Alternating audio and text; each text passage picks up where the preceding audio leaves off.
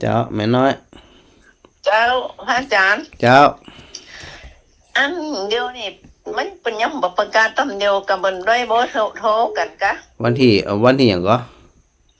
กับพระอาจารย์ว่าวันที่12นั่นเนาะพระอาจารย์กำลังส่งพระอาจารย์กำลังส่งไปตะกี้นี่เจ้าวันผูกพระเจ้าเพิ่นโฮประกาศละอ๋อแม่ก็ฮ้อนใจเพิ่นแม่ก็แม่พันนี้เพิ่นว่าไปไหนยังมาบอกเขาเพิ่นเนาะกูกลับไปจะได้หูอันเพิ่นก็ได้เบอร์โทรกันแล้วเหรอเนี่ยอันสมเพชเหรอสมเพชอันเปิ่นบ่รับสายเจ้าบัดติดต่อบ่ได้เอาติดเดี๋ยวกันผูกแม่ก็จะไปบอกไอ้สัตว์บอกเจ้าไปบอกน้องตายหนอน้องของไอ้เฟสน่ะได้กะแต่พระอาจารย์อันฝากอันประธานบ้านหลวงไปแล้วนะเดี๋ยวส่งขึ้นใหม่ก็ได้ถ้าเปิ่นเปิดไลน์ได้อย่างใดเจ้าประธานแดงน่ะประธานอันอย่างก็ชื่อเปิ้นเพ็ญประจันสมเพ็ญเป็นเพ็ญน้องเพ็ญสีนะเจ้าแม่หญิงเจ้าน้องแดงนุ่มอยู่ชื่อน้องแดงเจ้าน้องแดงอันนี้ประสานงานเพิ่นทับก็แหละประสานงานเรียบร้อยเจ้าอ๋อประสานงานเรียบร้อยแล้วก็พระอาจารย์ส่งข้อมูลให้เรียบร้อยแต่ว่าพระอาจารย์ยังบ่ฮู้ว่าจะสะดวกในสายเนี้ยจะสะดวกในการถวายข้าวต้มหรือไม่อันนี้ยังบ่ได้อู้กันเจ้าบ่ฮู้ว่าจะไปถามไผในสายเนี่ยนะเดี๋ยวก็ไปจุกันไหนมั่วเนี่ยเดี๋ยวขอเขาประจันกันนอกวัดก็ว่านอกทั้งใหญ่ปุ่นโหน่ะนี่ถ้ากับอันอย่างก็หนองบัวนี่ต้องมันเป็นซอยนะพระจักซอยเอาลองออกแอกอย่างมากเนี่ยกำหัวอันได้เป็นอันได้หมดเนี่ยซอยซดกินหลังอ่ะ7-8 หลังซอยตบไปหันแหมโค้งไปหันแหมอีไหนเอาเป็นเจ้าแม่ว่าเดี๋ยวเขาเปิ่นประกาศเอาไปเอากันไปจู้กันนอกตั้งโต๊ะกันนอกตั้งใหญ่บ่เนาะดีกะเอาอันจากหมายถึงว่าอันตีหนองบัวนี่นะหนองบัวคือไหลนาน้อยนะแม่เนาะเจ้าโอเคชุมชนไร่นาน้อยเจ้าหนองบัวเนี่ยมันมีอยู่100 ปลายบนหลังคาเนี่ยเรือนน่ะเจ้าแต่ว่าถ้าตักบานถ้าพระเบิ่นมาตักบานก็ต้องไปนอกพวกเจ้าเดี๋ยวก่อนเดี๋ยวถ้าถามประธานก่อนเนาะได้กะเจ้าได้กะเจ้ามีปัญหาเจ้าจะไปหาสมเพชก่อนเจ้าได้มีปัญหาเจ้าสาธุเจ้าฮะแม่เจนจิลากับว่าเจ้าพระอาจารย์เจ้าดังไปถึงปุ่นกะเจ้าอ๋อฟังชัดเจนดีเลยเจ้าพระอาจารย์เจ้าอันฟังทุกวันเนาะเสียงพระอาจารย์อู้บ่ใครชัดนะฮะแต่ว่าจังเสียงบ่ชัดกะบ่ชัดกะเดินได้ชัดอยู่แต่พระอาจารย์อู้มาบ่ใครได้ยินทีอ๋อฟังที่ไหนฟังจากวิทยุก็ฟังจากไหนฟังจากโทรศัพท์เจ้าอ๋อ Facebook ล่ะบ่ธรรมดาเจ้าอ๋อกะสถานีวิทยุแหละได้ยินชัดแล้วตอนนี้ได้ยินชัดแล้วโอเคเจ้ามันก็ก่อยไปอันน่ะกะเจ้าได้กะกะตะกี้บ่ชัดอีกแต่ว่าพระอาจารย์อู้ก็คนอื่นน่ะฟังชัดจ้ะอ๋อเจ้าโอเคถ้าจะอ่านกะปกติแล้วเนาะเจ้ากะไว้เจ้าสาธุเด้อสาธุเจ้าสาธุ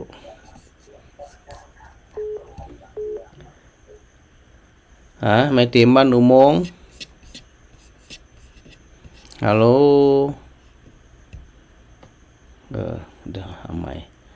เจ้าฮัลโหลกลับไว้เจ้าพระอาจารย์สาธุแม่ติ๋มอยู่อุโมงค์วันนี้ได้ยินท่านเสียงท่านอีกแล้วได้ยินจากไหนขึ้นไปเห็นเจ้าโอ้ขอบคุณอาจารย์ ครูพอครูสมุวิสุวัตเนาะ เจ้าเจ้า ดีละที่ได้อัน ชัดเจนดี ประชาสัม เจ้า พันธ์ชัดเจนดีนะ เจ้าเป็นกำลังใจให้ท่านเด้อ สาธุ เจ้าจะติดตามท่านไปตลอดนะเจ้า ได้เลยเจ้าได้เลยเจ้า สาธุเจ้า สาธุเจ้าฮะแม่บุคลีแม่บุคลี เจ้าไว้สายเจ้า เจ้า สื่อพระมหาอาจารย์ตั้งไว้ใจหลวงไปเราหนังสือยังมาถึงวันพยาบาลเรายังสื่อโทรค่ะ ยังเจ้ายังกำลังอัน ใจเย็นเนาะ เจ้ายัง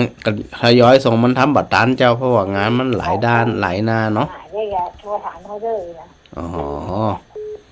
งาน อันเจ้าอ่ะเป็นโทรหาเนาะ เจ้า อันที่ชื่อขมัดจะโทรมาถามนี่อย่าประกันให้ยังหัวมาเดี๋ยวนั้นวันนี้แก่เก้าเนาะ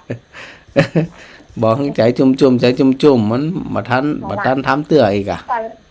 แต่ดูปีได้เตรียมหวังกาวเป็นมาไม่ได้มาถึง19เนาะก็ต้องเข้ากันเลยเข้าก็กำลังคือทำมาจะกล้ามันก็คือต่ออย่างนั้นนั่งฟังเนี่ยอากาศหนักเนาะอาจารย์เนาะมันจะฟังแค่ฟังแล้วก็ลากทีนะอันน่ะกะเป็นอย่างวะ อย่างกับมัน เจ้าฟังแล้วก็รับกะม่อนจะตาย จานทิพย์ไม่อยากให้อาจารย์ ฮะ จานทิพย์นั่นแหละจานทิพย์องค์นั่นแหละค่ะ เจ้าประมาณ30นี่ทบาลอ่ะพอดียมมือบางตัวหมุนใส่ได้จานทิพย์ในถนนต่อมาอยู่หน้าบ้านผู้สูงหรือบ้านแกไอ้ก็ได้อยู่วัดตรงเนาะหน้าบ้านผู้ใหญ่นั่งง่าย เจ้าก็กี้พระอาจารย์ปินจรินแล้วเนอะ ไปงานแล้วแต่อาจารย์จะไป เจ้าโอเคได้เลย แล้วที่จะมีปัญหา เจ้าได้เลยเนาะ อยู่ไปให้ฉันสบายแต่ก็อยู่ไปเอาให้ฉันสบาย เจ้าแหละจะออกไปล้อแต่ถ้าแต่จะได้เห็นเพราะว่านั่นถือว่าซุกเนาะแม่นแต่สามหน้าเนาะโอเคได้เลยฮะจีนี่นะ อยู่หน้าวัดร้อยละบาทอาจารย์ก็เดินมาสายกลางกันเดินสายมาหน้าวัดเดี๋ยวอันเดินออกไปดู3แยกเดี๋ยวหันตุวัดกับอันหันเกียงไกลในการเป็นผู้นำอ่ะสายนั่นน่ะเจ้าตุวัดกับเกียงไกลเนาะเกียงไกลเพราะว่าอันเป็นคนในพื้นที่มันจะเข้าใจดีหูดีว่าเขาซอยไหนพระอาจารย์ก็พยายามให้พระนิสิตที่เพิ่นอยู่ในสายนั้นๆน่ะเจ้าปาไปจำนั่นตะวันสุดท้ายเนาะตะวันสุดท้ายแล้วที่ร้านนี่บาเดินเลยอ่ะเจ้าวันที่20นี่จะมีอันสืบชะตาขนาดนี้ว่าแต่ว่าคือถ้าได้ไปแล้วก็ไม่ยอมแปลงจะไปหลอกกะอ๋อเป็นหยังปรับไปไม่ยากเจ้าไม่ยากหยังเนาะเจ้าลูกของเวลาเองเอ้ยเจ้าสาธุเจ้าแม่สีพันคนร้อยสเก็ตไม่ฝาดเจ้าไปไหนเป็นปีที่แล้วกำลังมันได้ยินออกอากาศวันนี้เป็นปีเลยกะคนร้อยสเก็ตนี่หาฟังอยู่รออยู่ไม่ได้กับบัดใจไปดูในทีวีดูในมือถือก็รายการสดหล่นมาเปิดวิทยุก็แบบนี้อันเปิดบันไดลิงก์นี่นะกะบันไดลิงก์ว่าเนี่ยได้อู้กับอาจารย์เลยอาจารย์หายไว้เป็นปีเดียวไปอยู่เมืองนอกผมหายเสียแล้วอีไปเตอร์อีนักไปอยู่เมืองนอกผมต้องได้อู้กันนะอีกยังอยู่ไปไหนเตื้อเป็นไงพระอาจารย์สบายดีกับเจ้าโดยทั่วไปก็สบายดีอยู่เจ้าก็น่ะมานั่งฟังคนอู้อย่างเนี้ยอย่างอ้อมหันโกงนี่ไปหันซุกหันอย่างน่ะไปที่ไหนอย่างกันจะเล่าเป็นห้องว่ามันเป็นเรื่องเฉพาะถ้าเป็นความลับนี่คือบนว่าลับเฉพาะลับที่สุดอีอ่ะคืออันวันที่11ถึงวันที่19เนี่ยจะพาพระนิสิตเปิดปฏิบัติธรรมที่มจร.ลำปางเนี่ยไปบิณฑบาตในแต่ละสายว่าจะไปที่ไหนนะประมาณสถาเพิ่นก็ได้บอกเนาะว่าไปจัดท่านตัดท่านนี่นะเขาหั่นออกหั่นเนี่ยเจ้า สถานลำปางฟังกันนักแล้วก็เตรียมรอใส่บาตรตุเจ้าอยู่ที่เปิ้ ยั น งคิดถึงพ มา ระ ป อา ฏิบัติ จารย์ ธร อ รม ยู่นะคะยังคิดถึงยังติดตามอยู่ กะ บางครั้งก็ไอ้เนี่ยน่ะดูใน Facebook อ่ะดูไปดูมาเอามือไปโดนใส่มันหายไปเหี่ยมันไปซ่อหามันเจอก็อันก็ไหว้ซาเนี่ยตุเจ้า ไม่สาธุเจ้าเป็นรักเนาะ บางครั้งก็รับละบางครั้งก็แบตหมด ปั๊บไปตามนั้นนะกะไม่อย่างอ่ะเนาะสบายดีนะสบายดีเนาะ สบายดีเจ้า โอเคสาธุ บายทั้งตัวทั้งใจแต่มันบ่สบายกระเป๋า อันนี้เป็นเหมือนกันเนาะสาธุ สาธุเจ้าร บกวนพระอาจารย์แต่ระวังพระอาจารย์อยู่ติดตามหาพระอาจารย์อยู่ทุกครั้งนะเจ้า เจ้าสาธุ ไหว้สาเจ้า สาธุเจ้าสาธุเจ้าฮะคนสีหมดเก้าสถาสีหมดเก้าฮะแม่บรรเย็น นวัตการไหว้สาเจ้าท่านมหาบวรวิทย์เจ้า เจ้า จำเสียงได้ก็เจ้าเป็นไผ จึงจำได้หมดเอาพระจารย์นี่นะฮะ เอาแหวนลงหวาน แม่บานเย็น เจ้าประธานทุกสมเป็นประกาศให้แล้วนะเจ้า เจ้าพระจารย์กำลังส่งไปตะกี้นี่ เป็นมันกว้าแล้ว สีหมดเก้านี่อันเดียวอันสีหมดเก้านี่ไผหาประธานชุมชนสทน้อมในพระจารย์นั้นยังบ่มีหลายเปิ่นกำเตือนนะ แต่ประธานชุมชนเป็นจื่อบุญธรรมสุวรรณวงศ์นะเจ้า บุญธรรมสุวรรณวงศ์แหละ เจ้าเป็นประกาศให้แล้วแล้วเจ้า ประการไปไหน ตะวาแล้วเจ้าก ะน่ะดีละเดี๋ยวอันพระอาจารย์ว่าจะส่งอัน มอยู่ที่วัดนี้จิก็เจ้า เจ้าไปที่วัดสีหมดเกลาเลย เจ้า มันจะได้เร็วขึ้น ไปเลยนะ เจ้า เป็นประกาศให้แล้วตะวาเจ้า ดีกะสาธุขอโมทนาโดยที่เพิ่นได้ประกาศ ทางชุมชนจื่อบุญธรรมสุวรรณวงศ์เป็นนอกของสรนอมนะเจ้า เจ้า เลยห่วมงานกันห่วมมือกันนะเจ้า เจ้าพระอาจารย์ก็พยายามส่งไลน์ให้เพิ่นอยู่แต่ยังบ่ได้นั่นกำเตือ ได้ สีหมดเก้านะมันเป็นหยังปั๊บไปตามนั่นเนาะ เจ้าเป็นกำลังใจให้ท่านไหม เจ้า เจ้าทางชาตินี้4-9นะเจ้า สาธุ เจ้า สาธุเจ้าสาธุเจ้า เจ้า คนหนองบัวแดงสันทาเจ้าสันทาสันกำแพงเจ้า ก็อย่างนั้นนึกว่าบ่มาเลยอ่ะ มาจะใดมากะบ่มาจะใดแหน่ ที่ดักไปกำมาจะได้อ่ะมาก่อนนะ กะมันดังดับอันนั้นกะมันไปกับสัญญาณธรรมดาฮะ ตั้งร้อยชีใส่หนึ่งเนี่ย ร้อยสีฝ่ายหินท่านพระอาจารย์พระครูอัสมุวิศวัตนี่แล้วก็ชัด ถ้ามาหาสุชาติออกไปที่ลูก เจ้า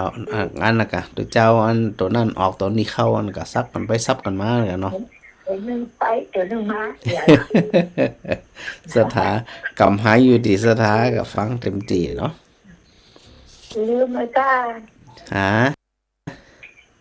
ลืมแล้วจ้า บ่ลืมเป็น ปีใหม่เลยเนี่ย สวัสดีปีใหม่ส่งใต้ปีเก่าก็แล้วกันจะอันนะ เดี๋ยวอาจารย์ก็ดูดีไม่ชุกนะจ้ะ เจ้า ยืนนะจ้ะ เจ้าเหมือนกันเด้อ หลับอยู่ด้วยช้าอยู่ด้วยเนี่ยตลอดไปจนอายุ200ไปปอหยังปันปีพุ่นละกะ อยู่ด้วยพระเนียนเขา เจ้า กู้เป็นชิ้นแล้วไม่ตลอดช้าก็จะอยู่ด้วยไปตลอดนะ อันน่ะจะได้กะแข็งแรงเด้อ เจ้า แม่ยายพรสาธุ ยายพอเล่าได้ไง เจ้า เจ้า สาธุยายพรสอนกำแพงลงบัวแดงเนาะแสดงว่าวันนี้ลิงไปหลายส่วนอยู่เนอะนะ ฮะแม่เอ้ยวังมน อันไว้สาเจ้าท่านอาจารย์ เจ้าคนวังเหนือนี่นะสวัสดีปีใหม่ได้ป้ากันเมินแต่เมินหว่า เจ้า ฮะ อันแม่อยู่อันจังไหนเด้อเจ้า ฮะไปอยู่อย่างเชียงใหม่คนวังเหนือ อันแล้วอยู่กับลูกเจ้าลูกอันเอามาอยู่เมียก่อนปีใหม่เจ้าจะปีกวันได้มั่ว พี่พี่แต่อยู่เชียงใหม่หมดก็อยู่เชียงใหม่นะกะอยู่กับลูกกับหลานน่ะ ขอให้ท่านอาจารย์อยู่ดีมีสุขเด้อ เจ้าเหมือนกัน แล้วก็ออกกระซาไม่ออกกระซาไปมันเมื่อเด้อเจ้า เจ้า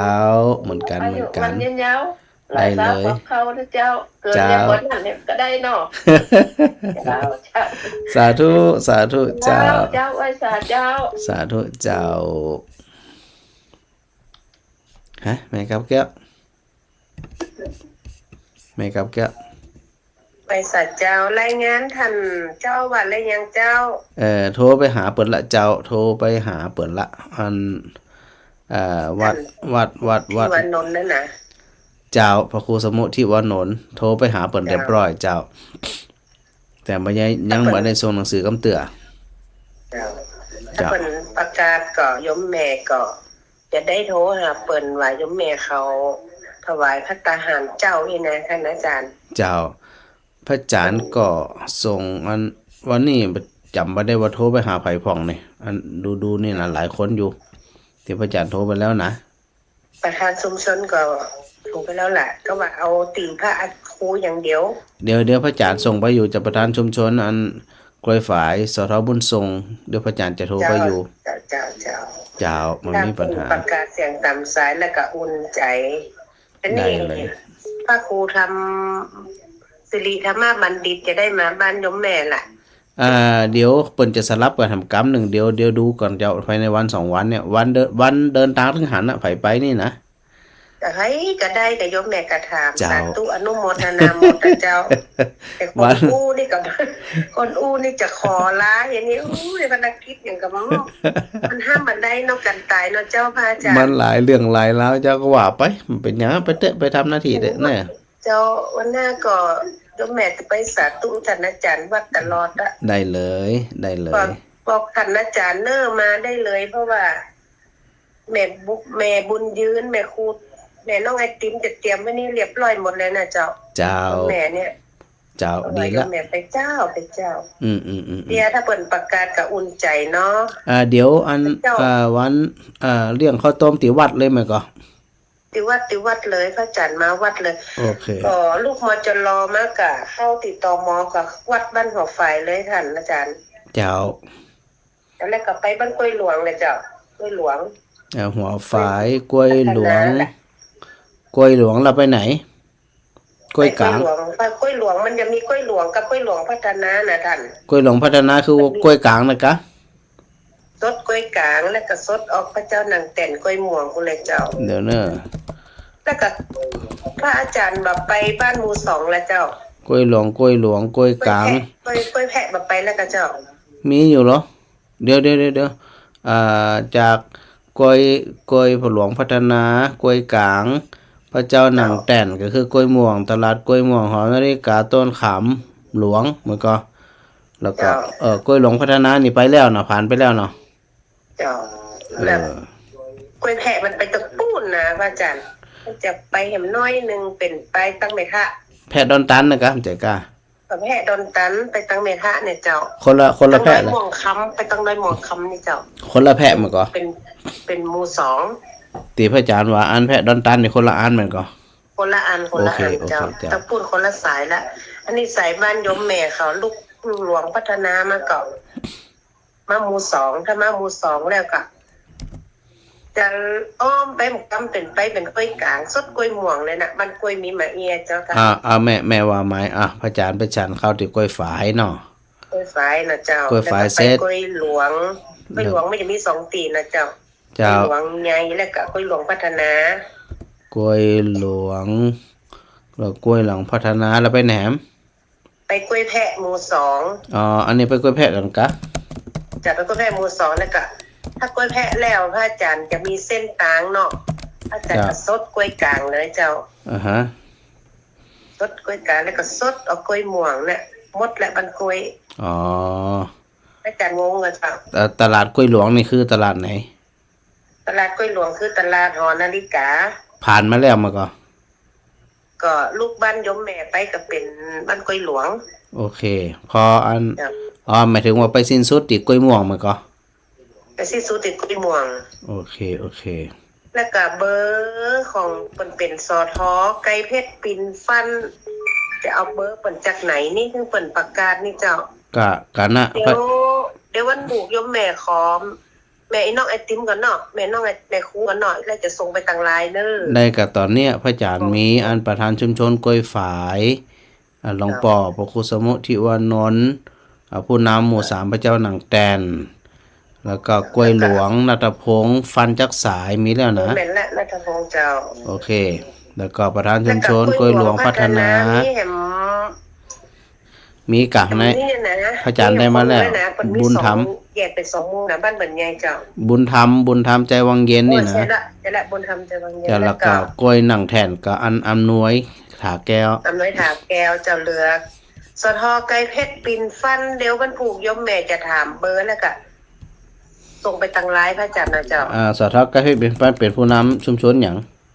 บ้านหมู่2กล้วยแพะเจ้า เดี๋ยวเนอประธานชุมชน บ้านหมู่2กล้วยแพะ ฮะเจ้า ต้องถามเบอร์เปิดเป็น เพิ่น ส ชื่อ ท ก็สทหยังก็ ไก่เพชรปินฟัน ไกลเพชร ปินฟัน เป็นฟันเจ้า เจ้า โอ เดี๋ยว เค โยมแม่จะถามเบอร์แม่น้องไอติมก่อนแล้วจะส่งไปทางไลน์บรรผูกพระจันทร์อันนะเจ้า ได้เลยเจ้า เจ้าสาธุ สาธุ เจ้า เจ้า เปิ่นจะ สา ได้ ธุ เนี่ย สา ค่ะ ธุ อู้ในใส่บุญนะ โอเค เจ้า โอเค น้อง สา ค่ะ ธุสาธุเจ้า เจ้าสาธุสาธุ สาธุเจ้าฮะโยมคำสุข กราบนมัสการเจ้าพระอาจารย์ วันหยังก็ วันที่17เจ้า 17แหละ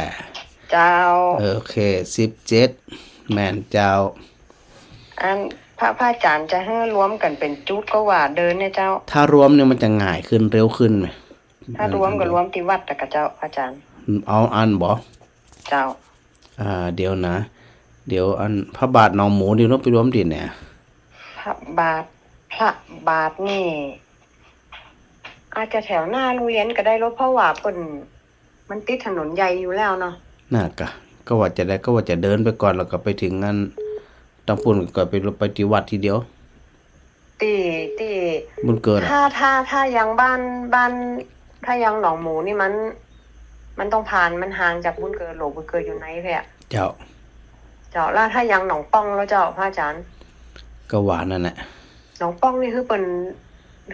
ป็นจุดใกล้โลกพระอาจารย์เปิ้นจะมีศาลาของเปิ้นอ่ะ ฮะ ศาลาอเนกประสงค์เปิ้นอ่ะลองถาม โอเค ผู้นำเปิ้นเพราะว่าเจ้า เดี๋ยวพระอาจารย์จะถาม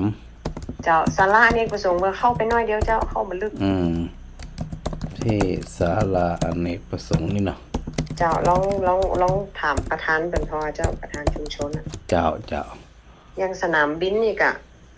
สนามบินก็เดินผ่าน เนาะเพราะคนมันหนักเจ้า เจ้าเดินผ่าน เจ้าเดินผ่านเลย เดินผ่านหนองหมูก็เดินผ่านหนองป้องเอามารวมกัน เจ้า บุญเกิดก็ไปรวมที่วัดเนาะ พระบาทนี่พระอาจารย์เข้าไปก่อนมันเข้าหลังตลาดพระบาทนั่นน่ะเจ้า พระอาจารย์ไม่แน่ใจว่ามันจะเข้าทางใดอ่ะ เข้าด้านหลังตลาดพระบาท มันจะมีป้ายติด จะมีป้ายหมู่บ้านอ่ะ อยู่เยื้องตรงกันข้ามกับโรงเรียนน่ะเจ้า จ้ะพระอาจารย์ขึ้นบอก เพราะว่ามันบ่ได้หันภาพเนาะ ต้อง ปีแล้วท่านรัฐสายปีแล้วแล้วพระอาจารย์ไปไหน พระอาจารย์ไม่ได้เข้าพระอาจารย์พานขึ้นมาเจ้า อ๋อบัดได้ออมไปทางขวา เจ้าพระอาจารย์ขึ้นเดินสะพานพระบาทมาเลย หมายถึงว่าพระอาจารย์นั้นข้ามคลองไปเลยเด้น่ะ เจ้าพระอาจารย์ไม่ได้เข้าไปในหมู่บ้านพระบาท ความเป็นจริงมัน อาจารย์เดิน ต้องเดินไปทางไหน ต้องเดินเข้าไปในหมู่บ้านพระบาทตะ เดี๋ยว ตีหลังกาดพระบาทนั่นน่ะเจ้า เลี้ยวซ้ายอะนะ เลี้ยวขวาเข้าไปเจ้า เลี้ยวขวาก็เป็นบ้านที่อันน้องแอมอยู่เหมือนกัน นั่นบนหมู่บ้านน้องแอมอยู่ตรงนั้นน่ะจะเป็นทางเข้าไปเลยเจ้า อ๋อบ่ ตีเป็นแยกนั่นน่ะเจ้าเป็นแยกนั่นน่ะเจ้า ที่ยังบ่ข้ามนั่นเดี๋ยวนะ บ่ข้าม บ่ข้าม เจ้า คลอง บ่ข้าม เดี๋ยวนะ โอเค บ้านอยู่ก็เป็นห้องบ้านพระบาทอีกครับ บ้านพระบาทเจ้า ไม่ใช่น้องหมูนะ น้องหมูอยู่ตั้งหลุมเจ้า โอเค บ้านพระบาทเนาะเดี๋ยว เจ้า บ้านพระบาทบ้านพระบาทบ้านพระบาท ชุมชนพระบาทพระจันทร์มีอยู่ในนี่แต่มีเบอร์เพิ่นเดียว โยมฮื้อไปแล้วนะอาจารย์ สุรสิทธิ์นี่นะ เจ้า แสดงว่าพระจันทร์บัดนี้พิมพ์มันนั่นน่ะเปิ่นกับเรียนแล้วนี่ เจ้า ได้เดี๋ยวพระจันทร์ไปพร้อมกรรมเดี๋ยวพระจันทร์พร้อมกรรม เจ้า เจ้า แล้วของบุญเกิดนี่รวมตีหน้าวัดเลยเนาะพระอาจารย์เนาะ เจ้านี่พระจันทร์อันบุญเกิดนะบ้านบุญเกิดรวมพลที่หน้าวัด เจ้า โอเคนี่ ถ้าเสร็จแล้วเขาก็ไปฉันตี เจ้า ตีร้านก๋วยเตี๋ยว เจ้า ข้าวต้ม ก๋วยเตี๋ยวห้อยแข้งห้อยขา เจ้าข้าวต้ม ไข่ลวกกาแฟ เอาเลยทีนี้เนี่ยตะ พระอาจารย์เป็นกาแฟดำ เจ้า เตรียมกาแฟดำไว้ให้เจ้า นั่นกะเดี๋ยวปรับกันกรรมเนาะ เจ้า เดี๋ยวพระจันทร์หาเบอร์นี่ก่อนเนาะ เจ้า เจ้าสาธุเจ้า เจ้าสาธุเจ้า สาธุ สถาตีสัญญาณเป็นลิงไปนะหลายคนหลายท่านอาจจะงงว่าอู้มันอย่างกันบ่เดี๋ยวนี้นะ อู้เรื่องของปาพระนิสิตไปบิณฑบาตนะฮะในแต่ละสายเนื่องจากว่าพระนิสิตที่เป็นเดินทางไปแต่ละที่แต่ละแห่งนั้นฮัลโหล มาเดี๋ยวจ้านมัสการเจ้าท่านอาจารย์เจ้า ไผหา โยมเทียมฟ้าสุภัตตา อันคนละเบอร์กะ อ้าวเบอร์เดิมเนี่ยกับ กะ เจ้า พ่อจำบ่ได้ ท่า อั น น ได้มิมท่านแสดงว่าท่านได้มิมเบอร์เจ้าไว้นะ โอเคเจ้าโยมเทียมฟ้าอยู่อันอยู่ที่ไหนก่อน บ้านแพร่ดอนตัน โอเคฮะ เจ้า แล้วก็ โอเค ที่ให้เบอร์ท่านประธานวอนไปแล้วนะท่าน เจ้า แล้วก็ท่านยังไม่ได้โทรหาแกจะหนอแต่ ยัง ที่แก เจ้า มาที่บ้านนี่เจ้าที่แกมาที่บ้านเจ้านี่ แพะดอนตาลพระจันทร์พระจันท ท่านยั ร์ งไม่ได้โทรมาเสียอีกนะวัน ยั นั้น งใจเย็นๆเพราะว่ามันหลายบ้านพระจันทร์จำบ่ได้ เจ้าแต่อันโยมก็บอกแกไปว่าอันเอาของเขานี่มันวันสุดท้ายมัน19ปุ่นเต็ม5เปิ้นไทยเปิ้นจะเอาใกล้ๆก่อนอีหนอก็เลยว่าอย่างนี้เจ้า แพะดอนตันเดี๋ยวเนอพระจันทร์พอก่อนเดี๋ยวเนออันแพะดอนตันพระจันทร์ไปอันนั่นอยู่ที่ไหนฮะส่งพระจันทร์มาตั้งหลายก็ตั้งเมสเซจเจอร์ เจ้าส่งเบอร์ไปตั้งหลายแล้วเจ้าก ะเดี๋ยวพระจันทร์พิมพ์กับเนอะ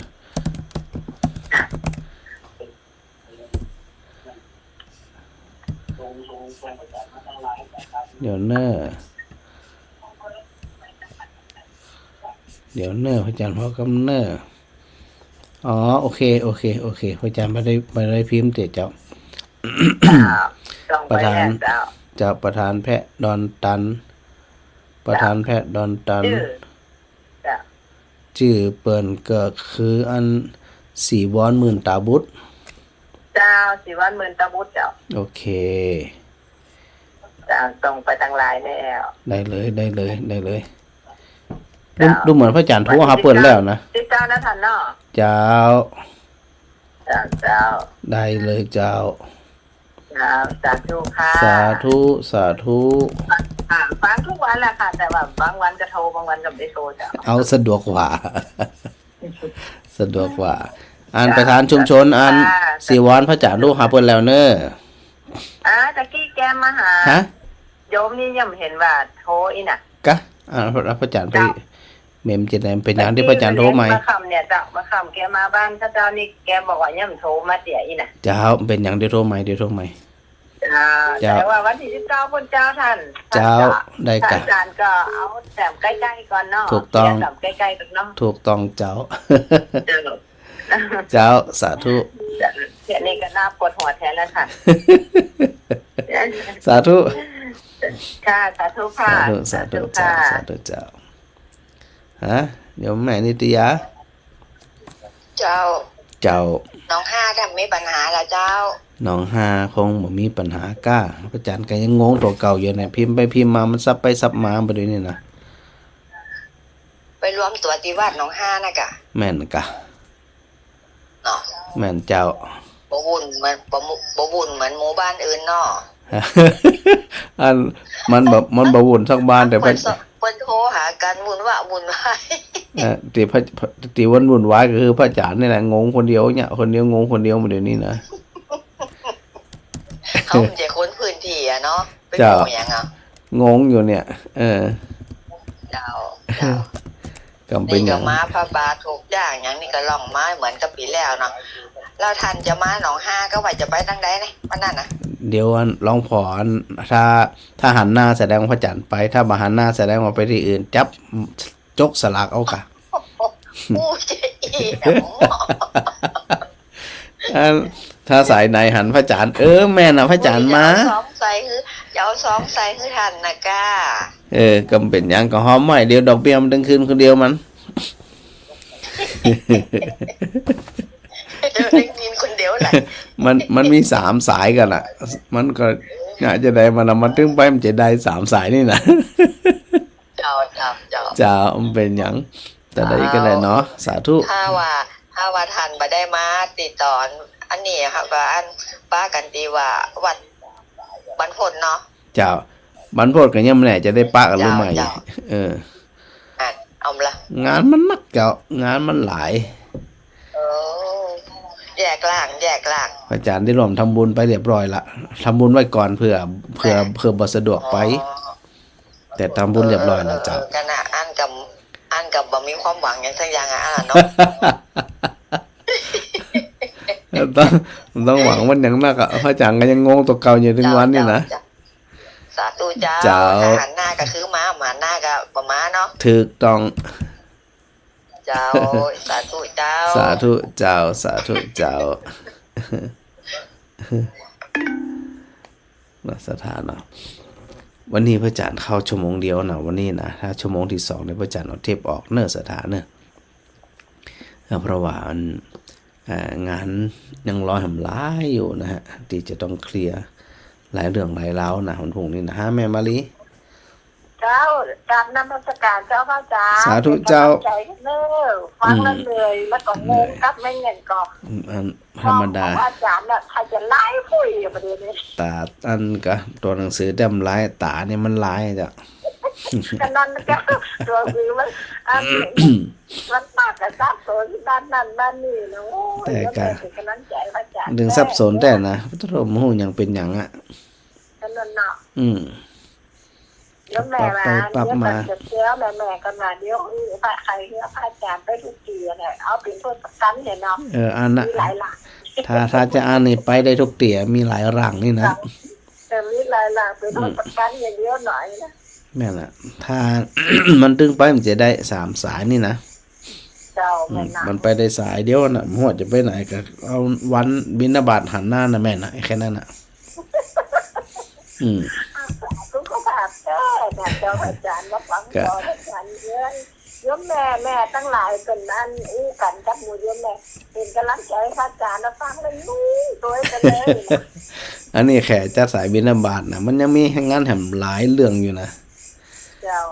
มันถึงบ่ไข่ตันอ่ะ วันถูกนี่ออกเรียนไปเตียนบ้านก่อนท่านแหละเจ้า เจ้า ตะนังลิขนาดอ่ะ จะเริ่มวัดบ้านฝ่อนไปจนถึงบ้านเพิงปุ่นก็ขาวนะเจ้า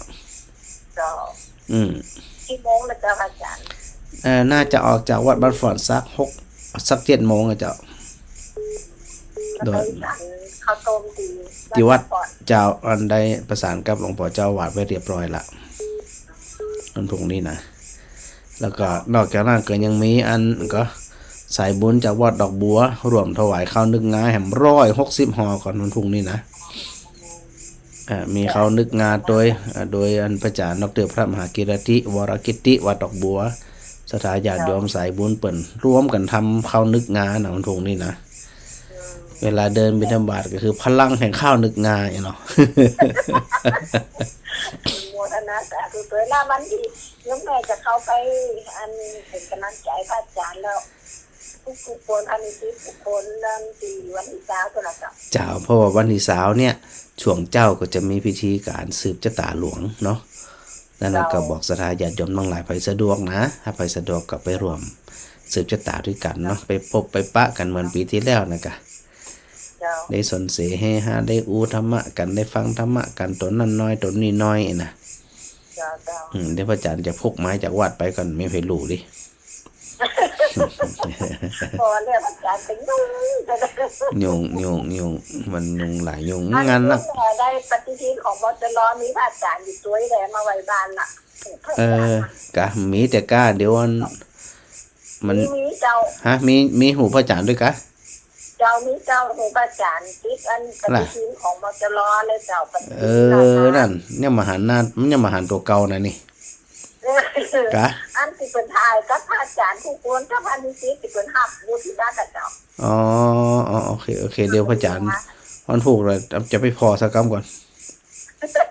ยังไม่ได้หันเก่าเนี่ย มันได้หันมันยุงแต่ค่ะเจ้ายุงวันขำเป็นวันขำอ่ะงานมันหลายเนาะ จะตามมาฮือเหรอเจ้าจะตามมาฮือ อ๋อแต่ดีละเนาะจะได้ก็เดี๋ยวก็ว่ากัน เจ้า เจ้าสาธุ เจ้า สาธุเจ้าเนี่ยพระอาจารย์บอกคร่าวๆกันนะสถานเนี่ยก็เดี๋ยวก่อนที่จะหมดเวลานะบอกคร่าวๆก็คือวันพรุ่งนี้เนาะวันพรุ่งนี้พระอาจารย์ก็จะเริ่มจากวัดบ้านฝ่อนนะมีฉันข้าวต้มนะฉันข้าวต้มจากกาแฟแล้วก็สถาสายบุญจากวัดดอกบัวก็ได้ปากันนำเขานึกงาไปเนาะแม่วันดีแม่นิตยานะฟังอยู่นะ แล้วก็หลายๆคนเนาะรวมกันหลวงพ่อพระอธิการกุศลต้อยนะเนาะเขาพระภิกษุสงฆ์วัดดอกบัวต้อยนะโดยการนำของพระอาจารย์ดร.มหากิรติวรกิตินี่นะนำเข้านึกงาไป160 ห่อ ถ้ากินเบอร์เสียงเขาจะห่อเดินไปด้วยน่ะนะ แล้วก็นอกจากนั้นพอเดินไปถึงวัดสารใจพรุ่งนี้นะไปถึงวัดสารใจเนี่ยพระนิสิตธรรมยาตราก็จะปากันแวะเข้าห้องนอนห้องน้ำแล้วก็ท่านอาจารย์ดร.กตัญญูเรินตุลเนาะคนปีนันเอคนมาเก่าเข้าบาตานี่นะ ยาเป็นเสียเนาะเราจะอันเผาวันพรุ่งนี้ก็เลยถือโอกาสได้นิมนต์พระนิสิตถึงหมดนะ99 ตนเนี่ยถือโอกาสได้ถวายอันเป็นห้องว่าผลไม้ผ่องได้ถวายซาลาเปาผ่องชากาแฟผ่องนี่นะในช่วงเกิงตางเนี่ยกะเพื่อจะอุทิศส่วนกุศลไปให้กับคุณยาอันของอาจารย์ดร.กตัญญูเรินตุลเนาะซึ่งวันพรุ่งนี้พอพระอาจารย์เดินไปถึงหันพระอาจารย์ก็จะไม่ได้เดินต่อแล้วนะเนื่องจากว่าพระอาจารย์ต้องแสดงธรรมในงานศพของคุณยาของท่านอาจารย์ดร.กตัญญูเรินตุลต้อยนะพอเสร็จจากนั้นพอฉันเพลเสร็จตัวพระอาจารย์เองก็จะไปเปิดพิธีบนห้องไปร่วมพิธีเปิดในส่วนของปฏิบัติวิปัสสนากรรมฐานวันพรุ่งนี้เป็นวันเปิดเนาะประมาณสักบ่าย 2พระอาจารย์ก็ไปบรรยายที่วิทยาลัยเทคนิคแห่งกำหนึ่งนะสถานะเราออน500 คนนี่ก็400 กว่าคนไปบรรยายกับนักเรียนวิทยาลัยเทคนิคเกาะคานะสถานะก็สถาก็กึดพอแล้วกันว่ามันยุ่งแต่นะสถานะยุ่งแล้วนอกจากนั้นอันนี้คือวันที่11เนาะส่วนวันที่12เป็นวันศุกร์12วันศุกร์เนี่ยก็อย่างที่พระอาจารย์บอกไว้นะ3สายนะสายที่1ก็คือนาแก้วตะวันตกวัดปากแข2แควไตนะสายที่2ของวันศุกร์ที่12นี่นะสารดอนหนองเจริญหนองยางสีหมดเกล้านะพระอาจารย์จะไปน้ำปุ่นเด้อแล้วก็สายที่3ขวางเป้าไรนาน้อยนะแล้วก็อันหนองบัวแล้วก็ไปทางด้านปนทองมองเงียบอีกะไปน้ำปุ่นนะส่วนที่วันเสาร์ที่13สาย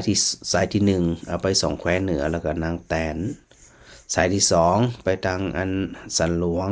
นะสันหลวงสันมนเลืองหมู่สีกาดโปงกาดใต้ป่าตันบ้านกล้วยนะก็แล้วก็มาฉัน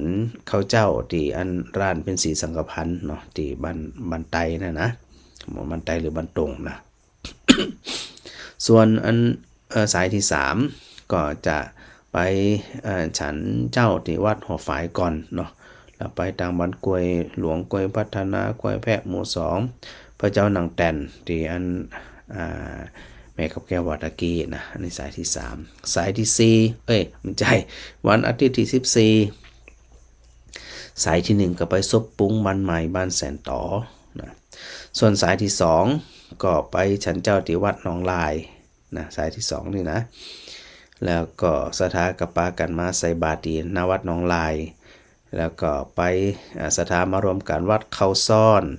สถามารวมกันที่วัดไหลหินหมู่2มารวมกันที่วัดไหลหินหมู่6แล้วก็มารวมตัวกันวัดบ้านแม่หวกนะไผใกล้จะได้เกาะสามารถที่จะไปใส่บาตรท่านใดนะสายที่2เนาะสายที่3ก็มีบ้านสำเภาบ้านแม่กึยลำปางกลางตะวันตกเนี่ยสถานเนี่ย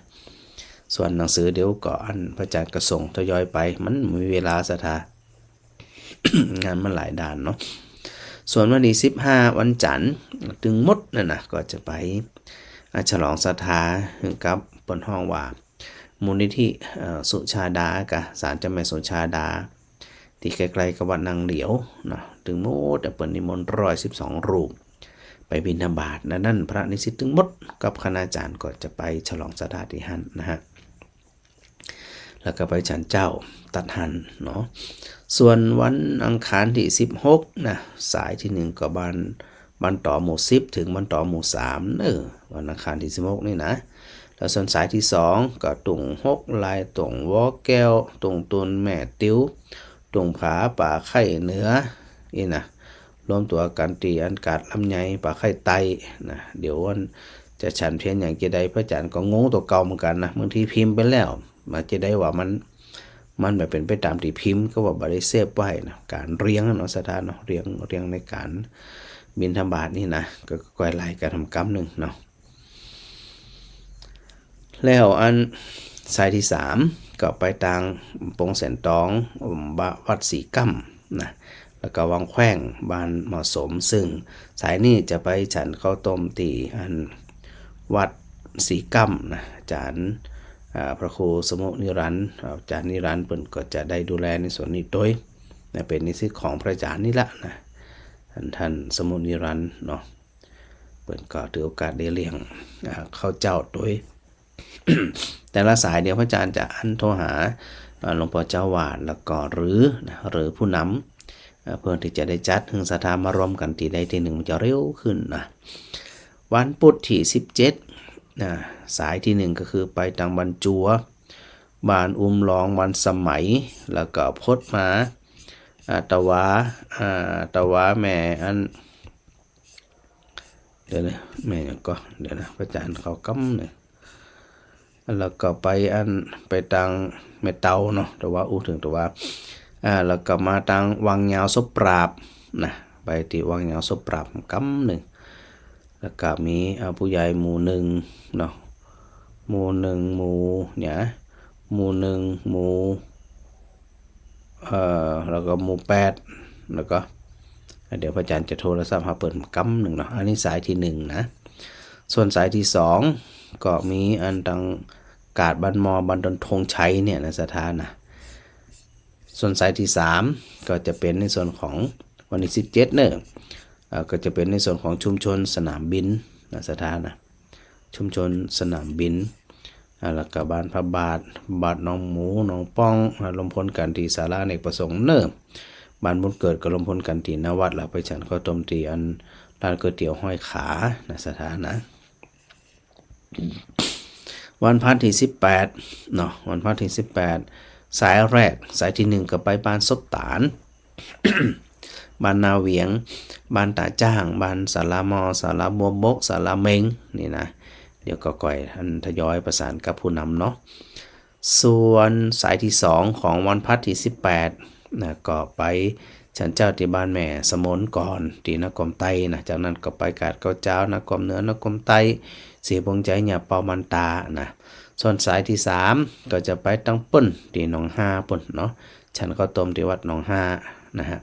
อาจจะชั้นก่อนชั้นหลังเดี๋ยวว่าทำกำหนึ่งเนอะเดี๋ยวว่ากันทำกำหนึ่งว่าจะ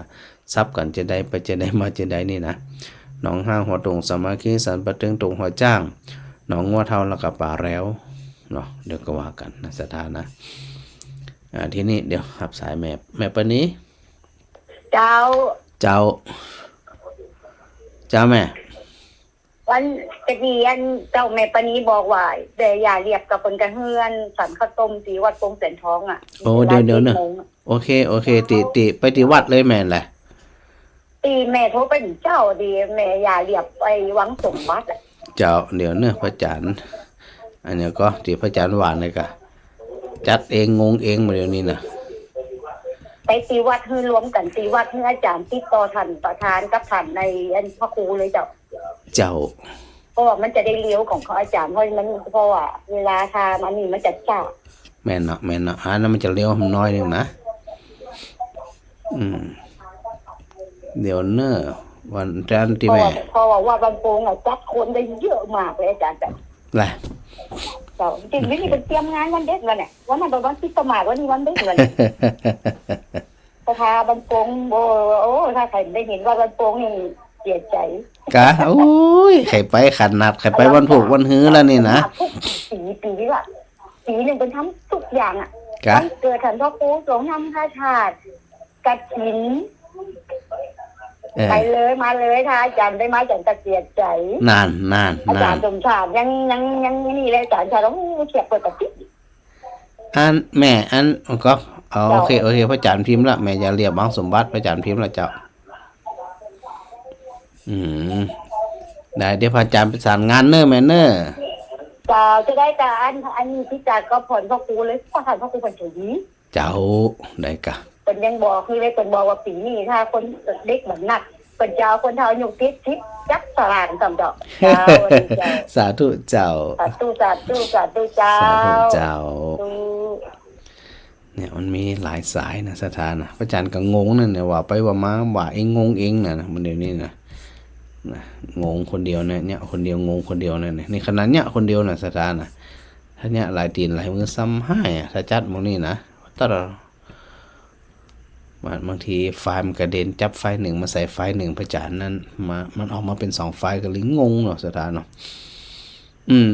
วันศุกร์ที่19นะสถานนะอันสายที่1ก็ไปทางวังเปล่าถึงอันบ้านศาสตร์แล้วก็บ้านป่าจ้ำนะสายที่1เนาะสายที่2ก็ไปอันกาดอันบ้านจำจุดตรงกาดมัวเข้ากาดมัวและจุดหลวงฉันเจ้าที่อันนางแงะเนาะอันนี้กับโดยปกติสถาก็มักจะไปรวมตัวกันจุดใดจุดหนึ่งเดี๋ยวพระอาจารย์ก็จะประสานงานกันทำกรรมหนึ่งเด้อ แล้วก็ส่วนสายที่3นะฉันเจ้าที่อันวัดบันร่องเนาะสถาเนาะอันนี้ก็ยังงงอยู่ว่าอันจะฉันก่อนก็จะไปก่อนเนี่ยสถาอันบอกมาแล้วพระอาจารย์งงเหมือนกันนะเดี๋ยวอันจะโทรหาไผเนี่ยเพราะมันจะต้องไปตังบ้านร่องนี่มางงว่าบ้านร่องนี่มางงนะไปบ้านร่องบ้านอันกลางตรงแล้วก็อันไปตังกาดเมฆแพทย์ดอนตันอันนี้มางงก็ก่อยปรับไปนะสถานจบนี่นะปรากฏว่าพระอาจารย์ดูไปดูมาพระอาจารย์ทำเป็นไฟล์2ไฟล์มันก็เลยงงตัวเก่าก็เลยหัวอันไหนเป็นอันไหนหมุนว่าอุ่นวายมันเดี๋ยวนี้นะเดี๋ยวว่ากันเนาะสถานเนาะงงทำไปงงไปกำเป็นยังเดี๋ยวอันพระอาจารย์มีงานอย่างอื่นอยู่ก่อยปรับงานอย่างอื่นก่อนเนาะสถานเนาะมีอย่างจะได้ก็ว่ากันตามนี้เนาะแล้วก็ถือโอกาสเดี๋ยวทักทายสถานที่อัน ตั้งพระอาจารย์มาทางเฟซคำหนึ่งเด้อ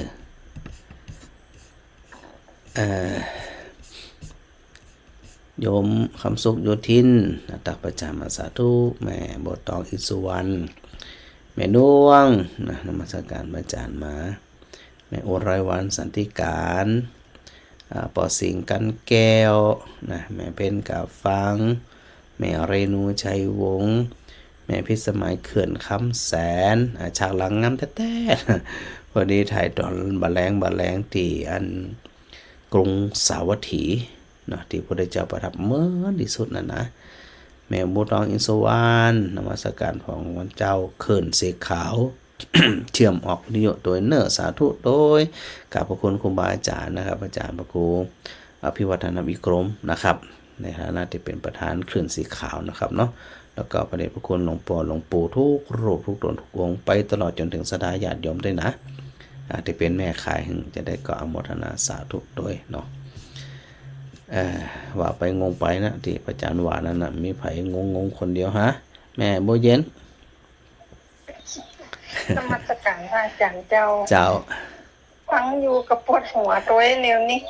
อันนี้ขนาดเรื่องเดียวนะหาหลายเรื่องซ้ำให้มันเลี้ยงนี่เป็นตับอ่ะเจ้าป่าไปบ้านสิหมูเก้าบ้านเดียวมันแค่ตีหมู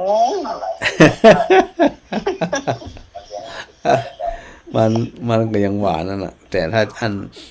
ไปแล้วจบแล้วก็มีอย่างอาจจะมีอย่างก่อยปรับไปตามนั้นเอาบ้านไกลๆก่อน12 13 14ก่อนเผื่อมันจะอันได้สะดวกเนาะเจ้าชัดเจนดีนะชัดเจนดีเจ้าสาธุสาธุเจ้าแม่พิมพ์มาลานี่ทักทายมาโยมกรอุมาปัญญาคำนี่เอ็นดูการวางสายหมดถึงงงถึงหมวดนะสถานนะสาธุนะแม่จันทราพันธุกิจกับสาธุนะแล้วก็อันแม่บุญเทียมจันเครืออันนี้ปันทักทายมาน้องวัชรมนนะน้องปู่อยู่ที่ชัยภูมิรับฟังพระอาจารย์ด้วยสาธุนะปอสมนึกปักสิงโมทนาสาธุเดนเนอร์วันนี้ทักทายกันมาหลายคนหลายสายเนาะเจ้าแม่อำพรกราบนมัสการเจ้าพระอาจารย์เจ้าสู้วันที่13ได้เรียบร้อยเรียบร้อยมีปัญหาผู้ใหญ่ทีละพ้นอย่างตามสายแล้ว2แรงแล้วกะนะเดี๋ยวอาจารย์ก่อนนี่ขนาดยังไม่ได้ส่งแจกนะเนี่ยปัญญาแจกตามสายเรียบร้อยแล้วมีปัญหาหรือยังเหมือนเดิมเนาะเหมือนเดิมเนอะทางการสันดอนแล้วไม่แวะจิบกาแฟเนี่ยแล้วก็หลอกลูกเดิมเจ้าได้กันมีหลงอีกสักอย่างเลยมีหลงมันเป็นทางเส้นเดียวการสายนี่มดอ่ะมีปัญหาสักอย่างเจ้าสาธุเจ้าแล้วก็อันแม่อรไทยใจการนะแม่สมนแม่อันสมนบุญนำมานมัสการพระอาจารย์มาโยมสมหวังกำลังว่องเนี่ยฟังพระอาจารย์ทุกวันแล้วก็น้องวันชนะพรหมบุตรโดยโยมแม่อัญชันวงจังเงินใครพระอาจารย์มาก็ต้องขอโมทนาสาธุทุกท่านด้วยเนอะอย่างที่บอกไว้ว่าวันนี้จะเข้า1 ชั่วโมง1จังหวะเดี๋ยวมีงานรอพระอาจารย์อยู่นักหนาจะปานหลายเรื่องหลายเล่าอยู่เนาะสถานเนาะจะได้ขอโมทนาสถาหลายคนหลายท่านนะที่ได้ฟังรายการของพระอาจารย์บางวันก็บไดอูอย่างนั้นสถานนะจัดแต่สายบิณฑบาตนี่แหละก็คงจะปุ่นเนาะจนกว่าจะปฏิบัติธรรมแล้วนั่นนะเดี๋ยวจะหาจังหวะหาโอกาสทำกรรมหนึ่งวันพรุ่งนี้ก็จะต้องออกจากวัดประมาณตี5ป่ายโดยปกตินะเพื่อที่จะไปรมพลพระนิสิตออกเดินบิณฑบาตนะวันพรุ่งนี้นะสายสุดท้ายแถมสักหน่อยไม่แก้วขจายเบิ่งจะปิดรายการละเบิ่งจะปิดรายการแล้วขจายจะปิดปัจจัยเขาก็ว่าวันนี้มันลัง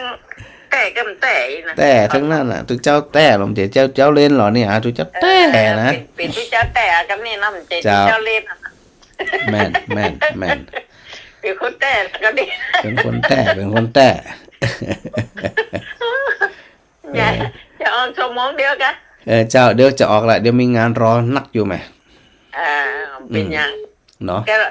จะอมอย่างกันยับพอเทพไทยก็อย่าเลยนะเป็นอย่างออกอันทักทายสถาสหน่อยกะเพื่อจะได้จัดสายบิณฑบาตจัดไปจันมาเดี๋ยวลงตั๋วเนอะเจ้าสาธุเจ้าเป็นกำลังใจฮะเจ้าสาธุเจ้าฮะแม่จันฟ้องแก้วมินิดเจ้า คือกำลังใจเนอะ เต็มยามแล้วกำลังใจ แล้วก็อันเขียดด้วยพระอาจารย์ กะนี่ขนาด ไม่รู้ล ตึงโทรหาผู้นำโทรหาเจ้าอาวาสจัดสายจัดครูบาอาจารย์จัดอย่างต่างๆมันไม่ใช่ง่ายนะ กูกับแม่มะลิเนาะสงสารอาจารย์หน่อย